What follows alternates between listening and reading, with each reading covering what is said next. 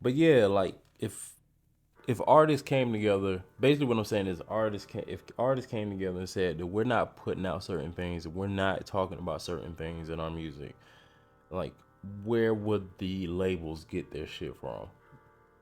Cause yeah, I know everybody's afraid of the AI revolution is right around the corner, but that's still a long ways away.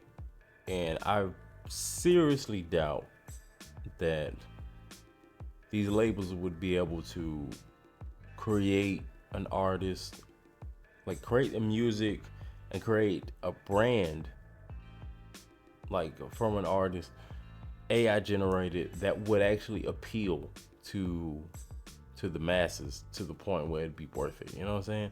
Like the amount of, because you still gotta market them, you still gotta really put the machine behind them. It could get there, but I don't think it's at that point yet. So just like with actors and writers, I feel like artists could make that move and like really uh really put their foot down and say, nah, we're not talking about certain things, we're not moving a certain way.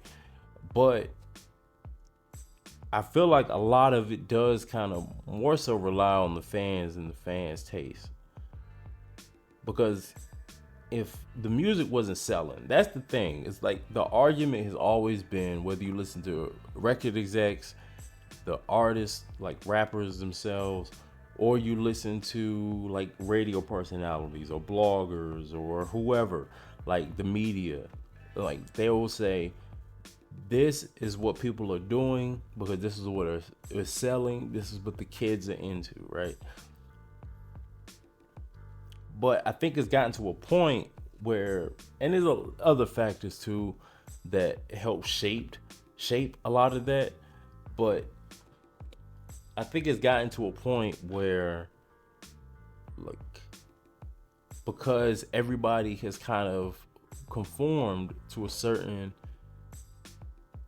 standard, like audiences are looking for a certain thing, like on mass, um not even just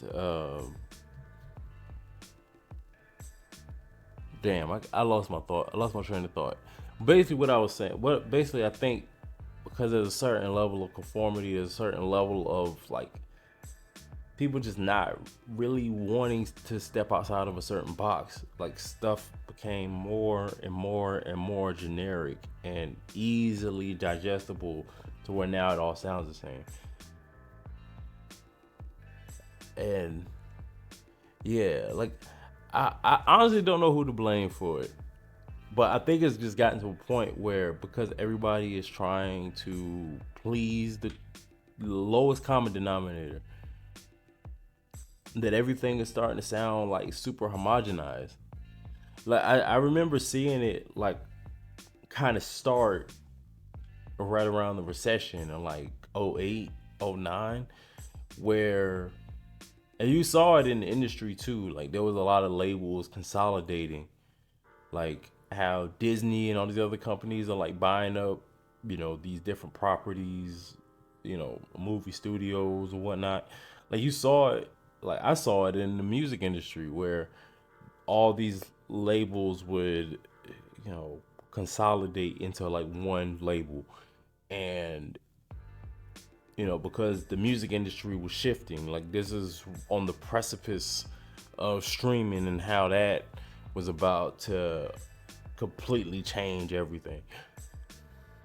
You saw that around that time with the recession because everybody was just trying to do what would sell. Nobody was really willing to take a chance on, oh, this guy I think is very talented. This girl, I think she's very talented.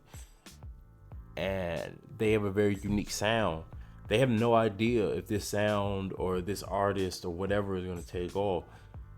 So they don't want to take a chance on somebody that may sound even a little different. It's like T-Pain is the hot artist right now. Everybody's using autotune. Lil Wayne is the hottest rapper right now. Everybody got to sound like Lil Wayne. And I think that just kind of became the formula after a while. Like the ringtone shit happened, like even before the recession. But I just remember all of the Soldier Boy clones where everybody had to crank that song or some type of like dance track or whatever. Then you got everybody using auto tune like to a disgusting degree. Like I'm not one of those like hip hop heads where I just despise auto tune. That was one of the things that made me a T-Pain fan. That kind of brought me into the door. And you know, I think T-Pain is a very underrated talent. But you know, my first introduction, like the first impression was like, oh, this auto tune shit is different. It's cool. I like it. I like the way he's using it. And then everybody started using it that way. And I think that kind of became the trend after a while. So I don't know. I guess I just like talked myself out of my first thought, thinking that it was the fans. I think it might actually be the label, because I remember hearing about stories, you know, like a T Pain where these labels would consolidate. So like you really wouldn't like so now like the everything is getting sliced. Like staffing is being consolidated, the artist is being consolidated. Unless you were like the biggest like person, like the money maker, like you were not a priority anymore. So you had to like really fit the mold that they needed you to fit to to have a hope of even getting any records out. And even then, like there's no guarantee that your stuff is gonna get the marketing push. You might not even get a video, or if you get it, you might get one video. You may not get the other person gonna get 4 videos. You only got one video. Like they might distribute like copies of your stuff. Like it may be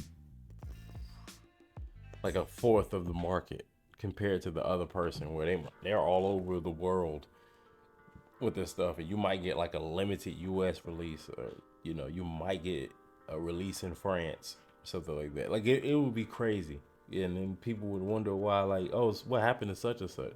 Such and such wasn't prioritized, so they disappeared. You know, but you still under contract, so you can't just dip off. You just gotta wait until they either let you go or your deal expires or whatever comes with that. So, damn, yeah, I talked myself out of that thought. This was freestyle. I really didn't even think I was gonna talk about that aspect of it. It just kind of came to me.